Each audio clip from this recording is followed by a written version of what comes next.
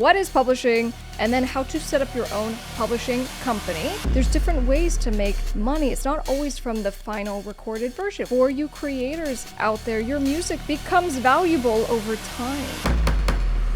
If you're interested in collecting all your music publishing, this is the video for you. So let's start with what publishing is not. When you put your music on music platforms through a music distributor, the earnings that you receive from that music distributor is not your publishing. So what I'm going to do today is walk you through what is publishing and then how to set up your own publishing company. Hi, I'm top music attorney. I have been lawyering for over 10 years. I'm the owner of a law firm, and I'm excited to help you win in 2025. Let's jump into it. When you get to the end of this video, if you are looking for more help and a deep dive, I have free stuff on topmusicattorney.com. I have a music business course, and if you want to be directed to hire a lawyer, I can help you with that as well. So to help guide us through today's journey, I have brought my little piano.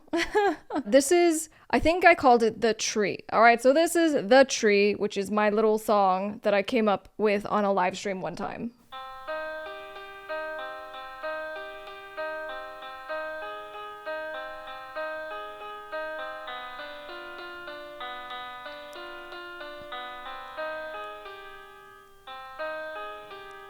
All right, so we call that The Tree.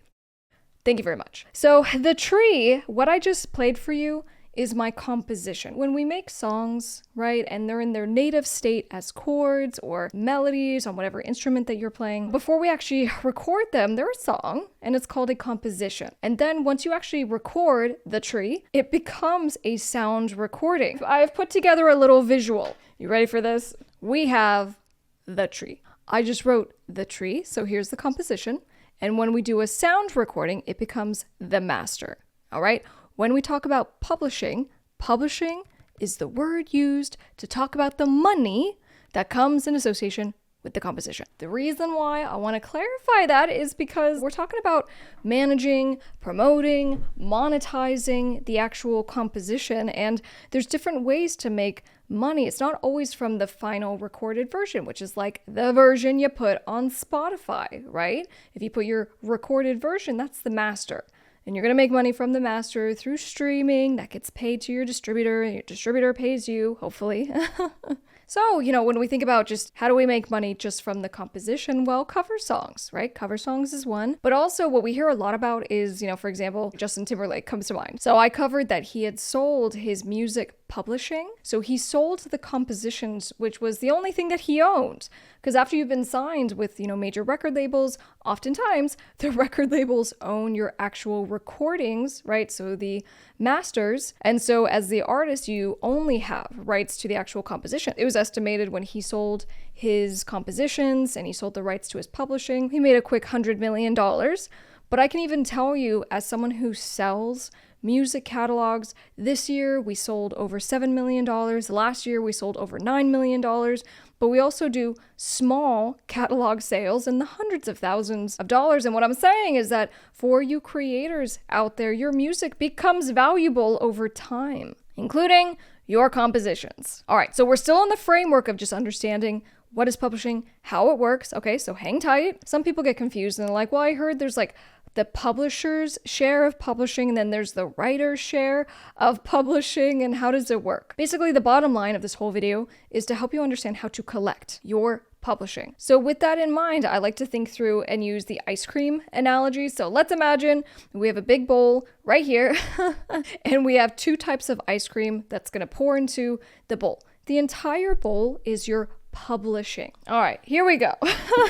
So I guess we have blueberry ice cream for the writer's share, and then we have strawberry ice cream for the publisher's share. The point just being that the entire thing is your publishing. And so what's important for you to know is that, let's say you are the sole writer of your music, you get to collect all the publishing, regardless of what we call it. And that's what I want to make sure is clear to you right from the jump. All right. So you get to collect all of your publisher share. So if you are, for example, a writer and you've written all your music, when you register on a performance rights organization, which is going to be in your country, it's different depending on where you live. Here in the United States, we have BMI, ASCAP, CSAC. For me as a songwriter, being here in the United States, I am with BMI, and I've been with BMI for a long time. And so I register on BMI, and it gives me the option. It goes, well, your new song, The Tree, how much of this song do you want to collect? And from what side? Do you represent the writer share? Do you represent the publisher share? And so all you do is you say, I represent all the sides. I collect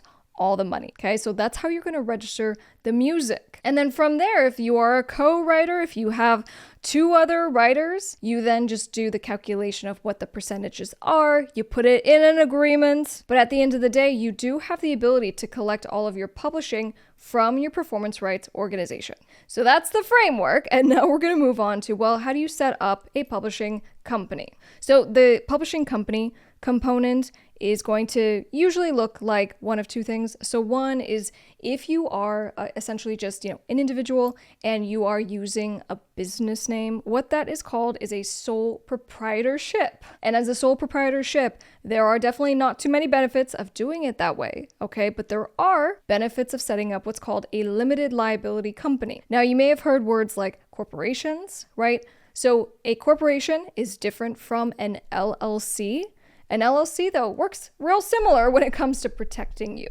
And so what I'm always going to say is that even if you are pre-revenue, you haven't received your publishing yet, you haven't received your earnings from music platforms, you still want to set up an LLC because from a legal framework, it becomes this thing that protects you from personal liability. So, for me, I'm a litigation attorney. Okay, so it just means that I actually go and will file a lawsuit. So if someone files a lawsuit against you and they go, you did something bad, and let's say you lose in the case, well, if you had your LLC and you were using your LLC, the LLC protects your personal stuff, your personal house, your car, your clothing, all right? So that's why we want to set it up. And, for example, I set up my first LLC when I was 16. I've set up lots of businesses for myself, and it's just something that you want to do as soon as possible. And then you build from there, okay? So back to the setting up a publishing company, what you want to do is set up an LLC. And whatever you want to call it, whatever name you want to use for the publishing. And even for some of you who, for example, have become your own record labels, what you can do is even use your record label LLC as the LLC that operates as your publishing by having what's called a DBA. It's a doing business as, it's a alternative name that you use. I have that again for a lot of my businesses. So here on the channel, Top Music Attorney is my brand. It is the company, but it's a DBA of my real LLC. Okay, so then the question will usually lend itself to, well, what are the pros of setting up an LLC? What's the incentive? Because, there's some kind of cost associated with it, right? There's a different cost to set up an LLC in certain states, to maintain it. You might have some kind of fee that you have to pay. For example, if you're in California, there's an annual fee that you definitely have to pay. So the biggest benefit, of course, is going to be that it's going to be something as a publishing company that protects you personally. If you are the kind of person or company that is representing other people's music, 100% of the time, you definitely want to have an LLC. Now, I'm going to advocate, even if it's just you trying to collect all of your publishing, you still should set up the LLC, but this is how you use it. You contract with it. When you do a contract, you sign with that LLC as the publishing company. If you register your copyrights, which you 100% need to. My little rule of thumb is that I will tell clients, make sure you register your copyrights within at least a month of releasing your music. You actually can register the copyright before the music comes out. So a couple different ways to do it, but if you are going to have an LLC for your publishing company, make sure you put the LLC as the owner of your copyrights when you file. Now, back to, does it make sense for you to actually set up an LLC?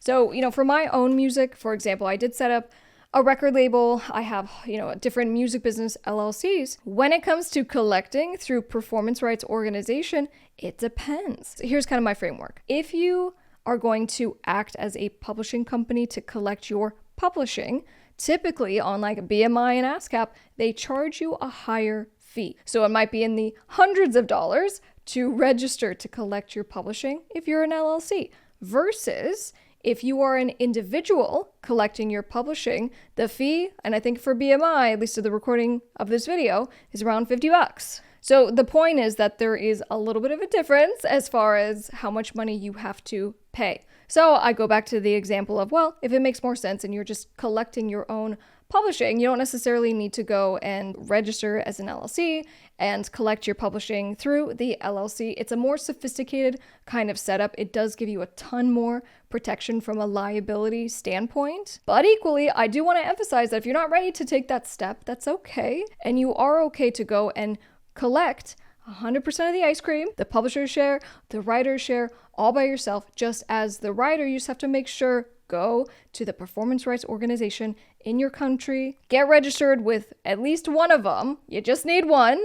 And that's how you're going to make sure that you're collecting your publishing either way. Now, in the United States, the other entity you want to make sure to register with is called the Mechanical Licensing Collective. Again, very important for making sure you get your mechanical royalties. And then one pro tip is that if you do want to collect on a foreign basis, right? So meaning you want to be able to collect your royalties from around the world in different countries, the only platform I've ever been able to find is called Songtrust. And it's a platform that I use, and it has existing relationships with most of the countries. So for me, in order to collect all of my publishing, at least in the United States, I am registered with BMI, Mechanical Licensing Collective, and Songtrust. If you found that helpful, be sure to give this video a big thumbs up and don't forget to subscribe. I'll see you on the next one.